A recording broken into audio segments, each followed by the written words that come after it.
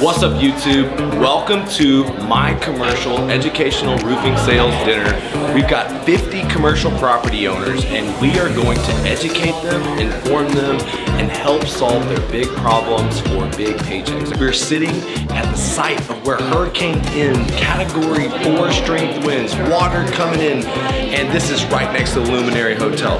Look, these people are board members, commercial property owners, and they're property managers, and they want to find out how to speed up their insurance claim, how to find a roofer they can depend on, how to navigate this process next time the storm season comes up. And everybody asks me, Lee, how do you land more commercial projects? The reality is the devil is in the data. First step is to find a cell phone number and email address to market to these people. Finding a commercial property owner, like when I closed Grant Cardone, I had to look him up. We use technology like Reonomy.com. It will allow us to find cell phone numbers and email addresses, and then we pull that information out. We send them texts, we send them calls, but these people were all sent a direct mail. And I'll tell you a little story. It was about 4 years ago that one of my commercial clients got a letter, and it invited a bunch of commercial people to a dinner. It asked them to make an RSVP to see if they wanted chicken, steak, or shrimp. And I took a copy of that letter. I call it the $3 million letter because that night I went to the event. I got $3 million in business. And ever since then, I've been using the same letter to create my own events just like the one you see right here. Look, everybody asks me, Lee, how can I get in the commercial business? Well, sometimes you just need a coach. Hit me up in the comments below, fill out the application at To The Moon Contractor. I'll teach you how to hold your own commercial live event like this. $50 million commercial claims symposium starts now. So my name is Lee Haight. I'm the owner of our RCA. We are a family-owned roofing company, and today we want to educate you. There is really an epidemic of misinformation when it comes to roofing, insurance claims, laws, attorneys, public adjusters. And it's a big problem here in the state of Florida. You know, I'm sure nobody came here that didn't have any roofing problems, but by a show of hands, does anybody have any issues with their roof? Well, I'm glad that you made it, because even if we don't get to be a roofing contractor this time around, we want to be a roofing contractor for life. We want to educate you in case this happens again. And you know, a little bit about my story was, you know, my dad, he started in 1993 in Hurricane Andrew. And roofing for our family has kind of meant sort of a different thing. And my whole life I've done these insurance restoration projects, but this year I actually caught a lot of damage myself. It's hard to find a roofer you can trust, and we believe our core values of moving with speed, doing things right the first time, standing behind our promises with integrity, and our real differentiator is how we respond in these difficult situations. And it doesn't matter if you need a good competitively priced roofer in a cash bid or a repair on a property that's just a headache. I'm not just the guy that goes for the insurance claim. I'm a retail roofer. I will do repairs, and I will be the guy that will bid against many roofers and give you the best price value guarantee. So I'm not going to be the cheapest guy, but with our warranty, with our service, with our project management, I guarantee you'll get better value.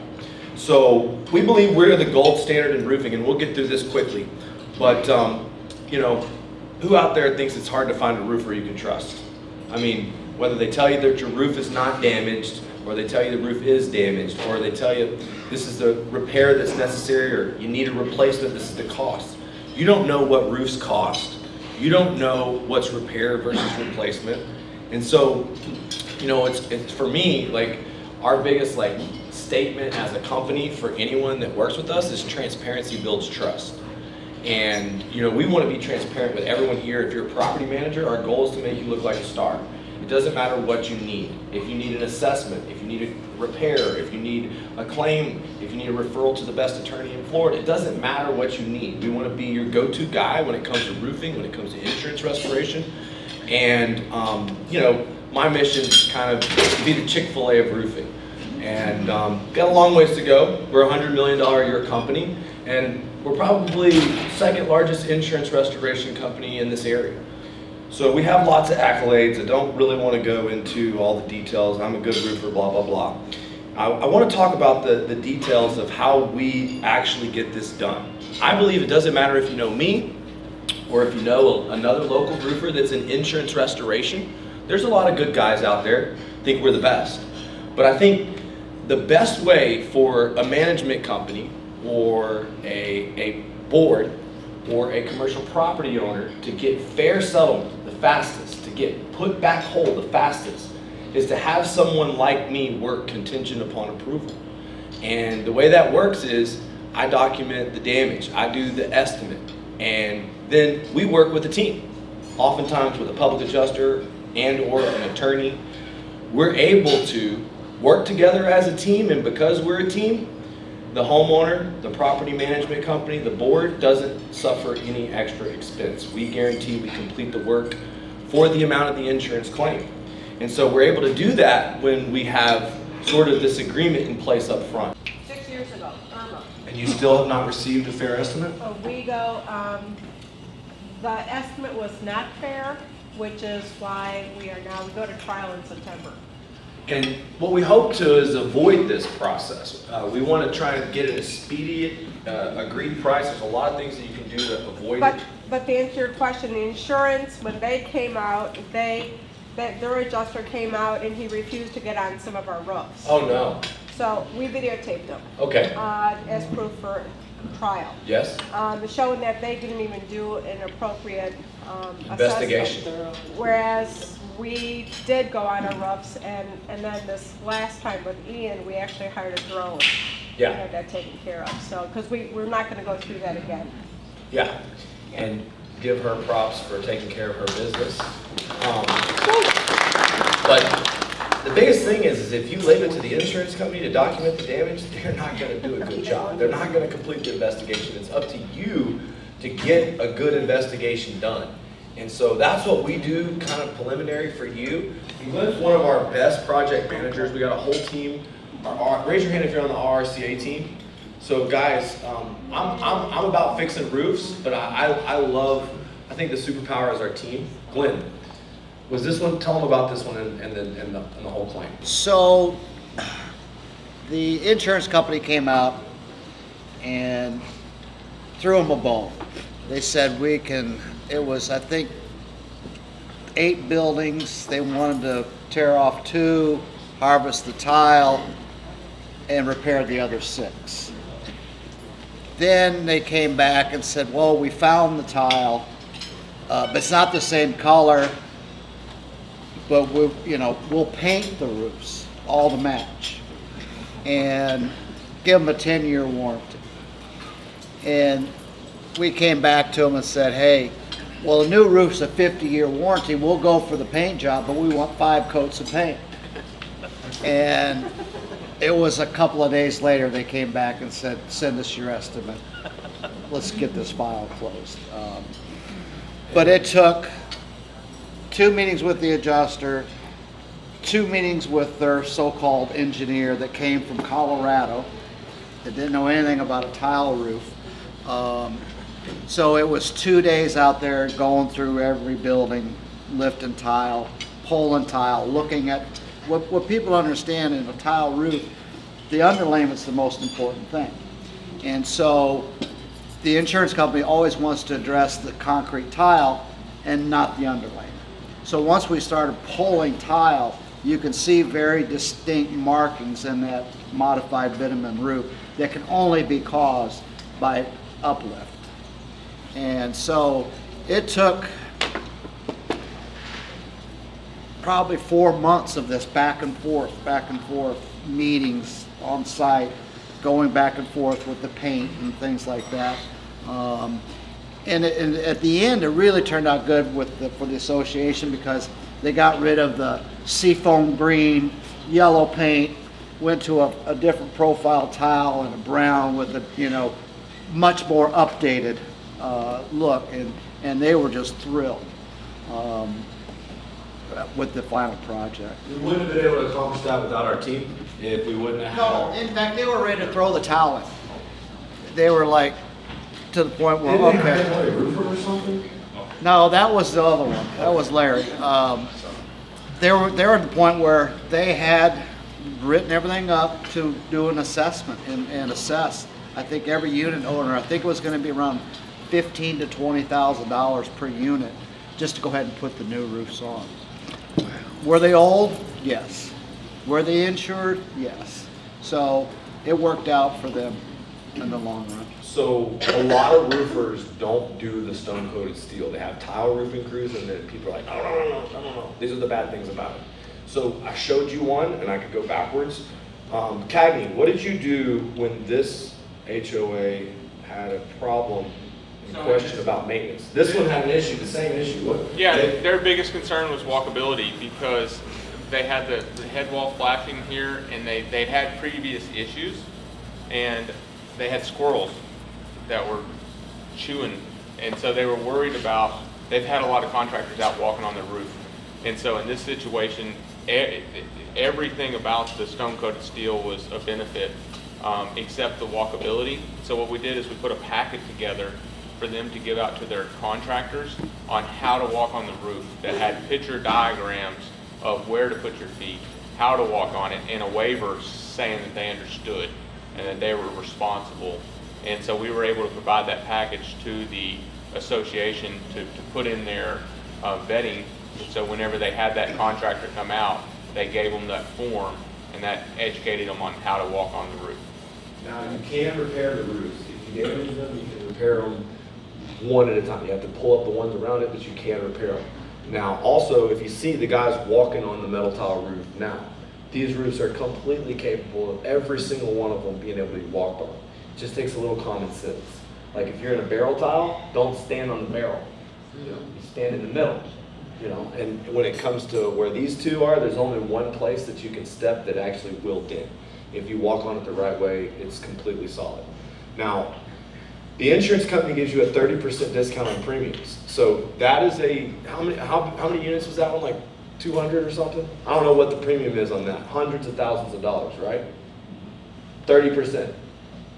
30% cheaper for metal. $60,000 difference in the HOA's insurance every year just because it's metal. Now, here's the other thing. These roofs don't streak like the same way tile does. It doesn't. There's algae resistance in some of the stone-coated steel. Kynar has got algae resistance in the paint. And you don't really have to clean these the same way. And what I would recommend, instead of getting up there with heavy equipment, is just a soft wash. My name's Cagney Rogers, owner of Fair Chance Claims. Like Lee mentioned, me and him have been best friends for a long time. And we've done a lot of work together. I've been working hurricanes in the state of Florida since Hurricane Matthew, and a lot has changed in the insurance space.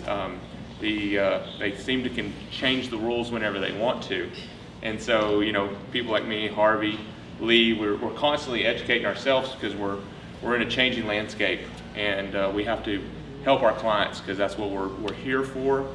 A lot of mistakes that we see is really just kind of waiting on the insurance carrier and thinking that they're going to do what we paid them to do, and that's when something happens to take care of us. And so a lot of people end up in this trap of waiting and waiting, and so really you've got to take control, like Lee said.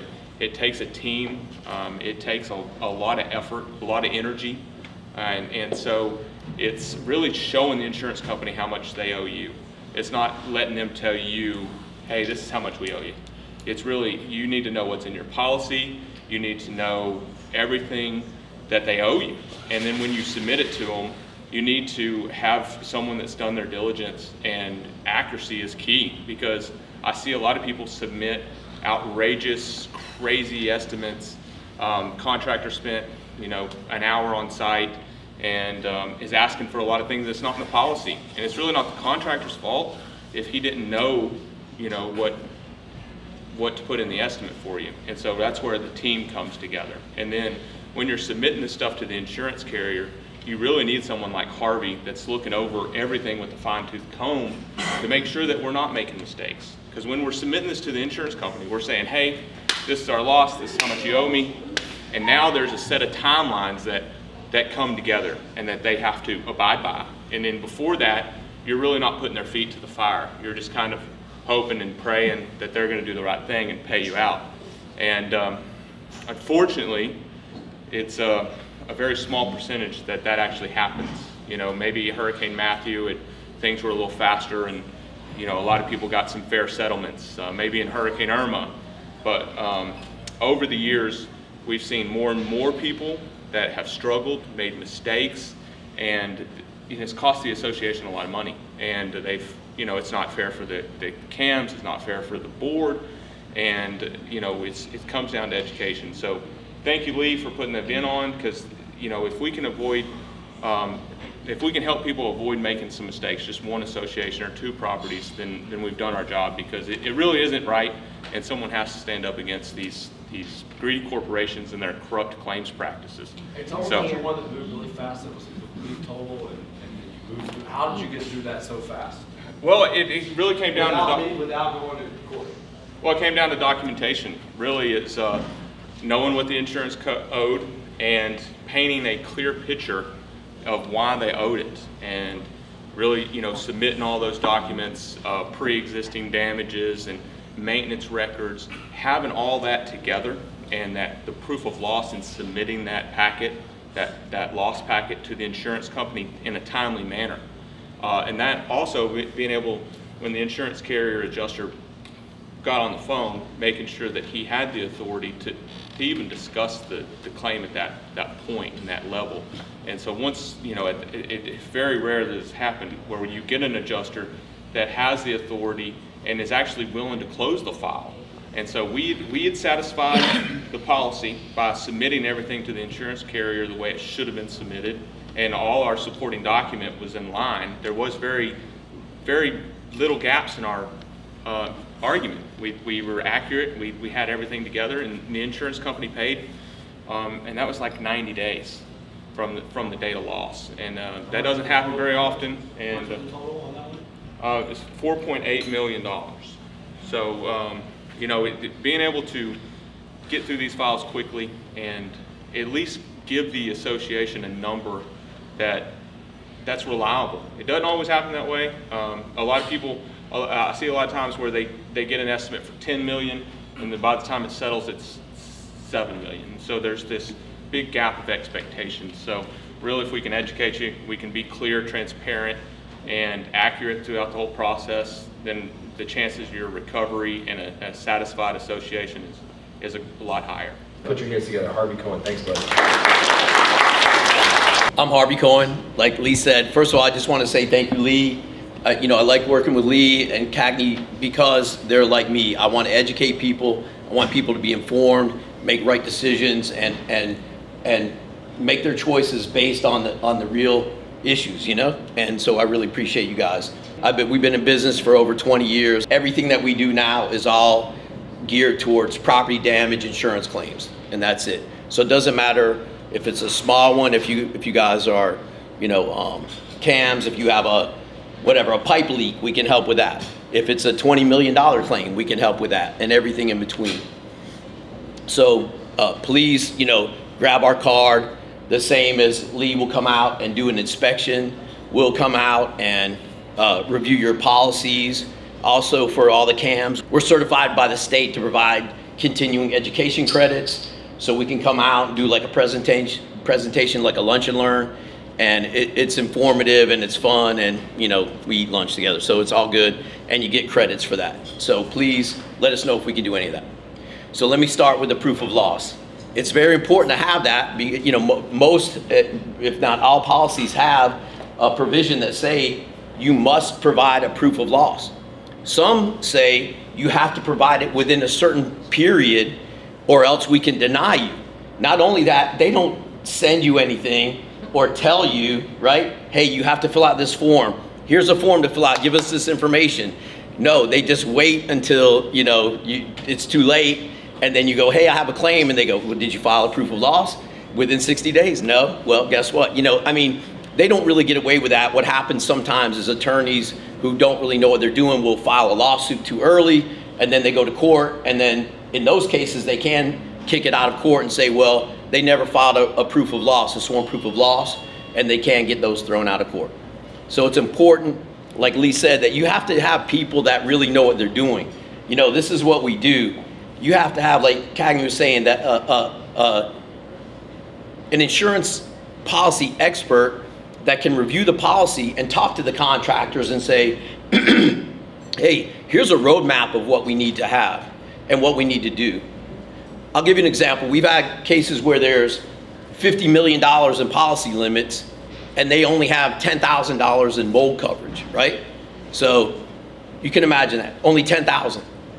If you went in and your contractor said, yeah, we got to do all this remediation and dry it out and it's going to be $1 million, what do you think the insurance company's going to say? Yep, they're going to go, we agree 100%. Everything you see here is mold and it needs to be remediated, and so here you go, here's 10,000 and we're off the hook for the $1 million. So it depends, you know, you have to look at the policies in a certain way and know what you're getting yourself into. And I mean, that's such a big issue that I've seen where associations end up, you know, holding the bag because they hire these guys who don't know what they're doing, or they didn't bring in, you know, an expert on policy, and they write up a claim for $1 million, and they do all this dry out and remediation and tear out all the walls, and they give you the bill. Guess who owes that bill? You do. The insurance company doesn't owe that bill. You're the one who signed the paperwork with the contractor, so you owe it. So it's important to know, you know, who you're dealing with, what you're getting yourself into. Man, what's your name? Janine. Janine. I want to give you a lot of credit too, because I've seen this happen a lot where we have claims that are really good and solid, but insurance companies will fight and fight and fight and drag us into federal court and file all these crazy motions and drag it on and on until our clients are like, look, just take half as much as, you know, what they're offering. And we tell them, like, listen, let us do our, you know, like, let us keep going. I'm telling you, it's going to go good. But ultimately, you know, many times people, they're just at the end of their wits, right? So they're like, whatever you can get me, just get it, and let's be done with this. Well, the insurance company and others involved in the process, they know that, like on board, some people are only there for 2-year terms. Yes. So they know they could push it for 2 years terms, and then hopefully they have another board that comes in, and then they go, well, you know, the previous board was crazy. Here's, you know, you guys, let's just close this, and they want to close it out, and we're like, no, we're not closing it. And so they work against us. Even though we pay our premiums, they work against us. Sure. And it's very sad. And like we would say too, everything's your fault. You know, like if you're on the board or if you're a CAM, everything's your fault. Like it's your fault that we even had a hurricane. It's your fault that things aren't being fixed properly. It's your fault that the insurance company didn't pay. Everything's your fault. And then all of those people that they were like, just, I need this thing done. And it makes people want to just take the money and run. So I give you honestly a lot of credit. We've had some, I had one where we were asking for, I think like 13, 14 million. Our board said, look, just take 6 million right now. Let's be done with this. And we convinced them to let us go through, finish this process after we've been fighting with them in federal court for years and all this other crazy stuff. And we ended up getting them 12.5 million. And they wanted us to take 6. And we were like, just let us go finish the process, you know? But they were so tired of everything that they would not go forward. They wouldn't let us, you know, fight. And you have to, right? If you don't fight for your own rights, nobody else is going to. That says from now on, they can't drop you solely for the age of your roof, right? So if your roof is 15 years old or older, you can go get you know, an inspection, and as long as they say you have 5 more years of useful life left on your roof, the insurance company can't drop you for that. But guess what they do? They don't. They go, yeah, here's 3 different reasons why we're dropping you, or they go, we're not dropping you, which we were talking about earlier. We signed up a big association and they were paying like $125,000 or something like that a year for their premium. And after the hurricane, they go, oh, we're renewing you. We're not going to drop you because they're not allowed to, just so you all know. They're not allowed to drop you just because you have a hurricane claim or open a claim. Anyway, so they go, yeah, we're not dropping you, but we're going to increase your premium to $1.2 million a year from $125,000. So, you know, okay, yeah, we're not dropping you, but they're not going to be able to pay for that.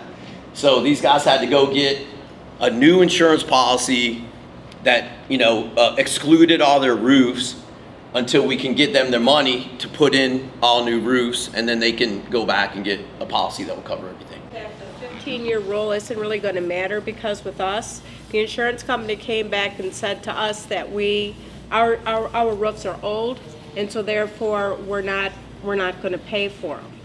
And you guys never took care of your roofs. So Len and I went through 42 boxes of old documentation. We put together multiple Excel spreadsheets showing all the improvements we made on our roofs, and that we were not neglectful. We did what we were supposed to do during the life of that roof, and they still argue that. They still say, nope. So I don't think the 15 years is going to make a difference. If the insurance company wants, they're going to say you never took care of it. Just so you'll know, like, we keep a digital file. So whenever you talk about before and afters, whenever you talk about, maybe your roof doesn't need to be replaced, you just need to maintain it. If I go out and inspect 100 properties and there's a roof that has 5 years of life expectancy and you want that letter, you're going to get that letter. And the reality is like, you know, if you can, you know, find damage, of course you should file a claim. But if there's 5 years of life expectancy, document whatever repairs you do, keep it in an online file, and have somebody that can prove to the insurance company, because one of the biggest arguments is you didn't take care of it, it's wear and tear. And that's what's so nice about having a contractor all the time. You may not have anything on lots of your properties now, but if you get us to do the inspection, we'll keep all the documentation for you, so that when it does come up, we have the evidence. Well, I recommend that so much, just to get, no matter what, get an inspection done, because whether they find damage or not, at least it will provide you with information for the next time, right? If they, like I was saying, if we have some kind of damage this year and the insurance company goes, oh no, that's not this one, that's the other one, or they try to, whatever benefits them is they're going to try to wiggle their way into it. But at least if you let RCA come out and do an inspection, you'll have the documentation that you need to show whether or not there was damage. Step number one, you got a whole list of properties. We go out to every property, we get you pictures, we put them in a virtual file. You know, if you need a roof quote, a roof repair, I don't want you to think that we're only after roof replacements. We have a warranty division, we have a repair division. Joe wanted me to come up here and tell you, we're roofers. So if you need a roof to have a 5-year life expectancy so you can get an insurance policy, we're your guy. But at the same time, you should go ahead and let Harvey review the policies. We should go ahead and investigate all the roofs that were in the path of the storm. You should find a list of all the properties you know that are 10 years old and older. If you're getting a roof, if you need a roof estimate, by all means, give us the opportunity to earn your business. At least you'll get more information that will help you get a better deal from the guy that you're using. Chances are you'll probably use us, but we want the opportunity to do an estimate. He wants the opportunity to review your policy. And so we've got inside the folder a survey, and in that survey it just talks about your claims, talks a little bit about your detail, and we want to now kind of break this down and shake hands and wrap this up, because it's been a little long meeting, lots of information. But the reality is here, we want to meet with y'all individually, we want to go to your properties, it takes time, this is just the beginning, and we want to invite y'all back. We're going to be doing this again. September 1st through 3rd is more of a personal development, real estate. If you're into another networking event that might educate you more on the business side of things, then let us know. We'll give you a ticket just for coming here. More importantly, we want to help you out with your claims. We want to do a policy review. And any final message for them? No, that's it. We really appreciate everybody coming out. Really, I mean, right? I can't. Yeah, thank you all. Thank you all enough. We have. Thank you guys. Please make sure you. And that is a wrap. Right there behind me, we have a board, a condo association. They're getting a claim out of the public adjuster and legal process, and they need a roofer. It's definitely $1 million job, but you know what? We met property management companies, largest property management companies in the country, 1,600 properties. That could be really good, but I think we had a management company here with about 150 properties, all in Southwest Florida, and they had a bunch of highlighted properties that they want us to inspect, go through their entire portfolio, and educating these property managers on some key things like this contract administration. They had no idea about it, and a lot of like big property management companies are able to add massive value to their organization. I'm going to share with these property managers this contract, and it could add a lot of value to their company. So I would say we have these forms inside of each one of the folders. It had a questionnaire, and my wife is over here. She's collected almost everybody filled out an answer to the question. We were able to get a ton of interaction from the audience, and we're putting the final touches on $1 million deal right now that's just coming out of legal. I'd say this event was the most successful commercial dinner that I've ever done. And what's funny is success leaves clues. The first time this event happened, I went to someone else's event. I actually got the letter through one of my clients. And dude, it's called the art of the swagger jack. When you see something that works, then take it for yourself and do it better. That's exactly what I did. Now I showed you how we did it. Go out there and do it for yourself. Hey, click the link in the comments. I'll help you get this done. You want to blow up your business? Look, it's residential, it's commercial. You need more leads, you need more salespeople. We got a proven system. I showed you how we did it. Now let's do it together. Click the link in the comments and fill out the application. Look forward to working with y'all. Also, this is right next to the conference, dude. We're in view of the Luminary Hotel on the water here in Fort Myers. I invited many of these property managers to our conference. I said everyone here that attended got free tickets. So September 1st through 3rd, Wes Watson, Bradley, Dave Meltzer, real estate investors, successful roofers, contractors, it doesn't matter what you are. You need to come to Fort Myers, Florida, September 1st through 3rd, Blue Collar American Dream Conference. All right, guys, comment below what you thought about this awesome episode. Till next time, we're out.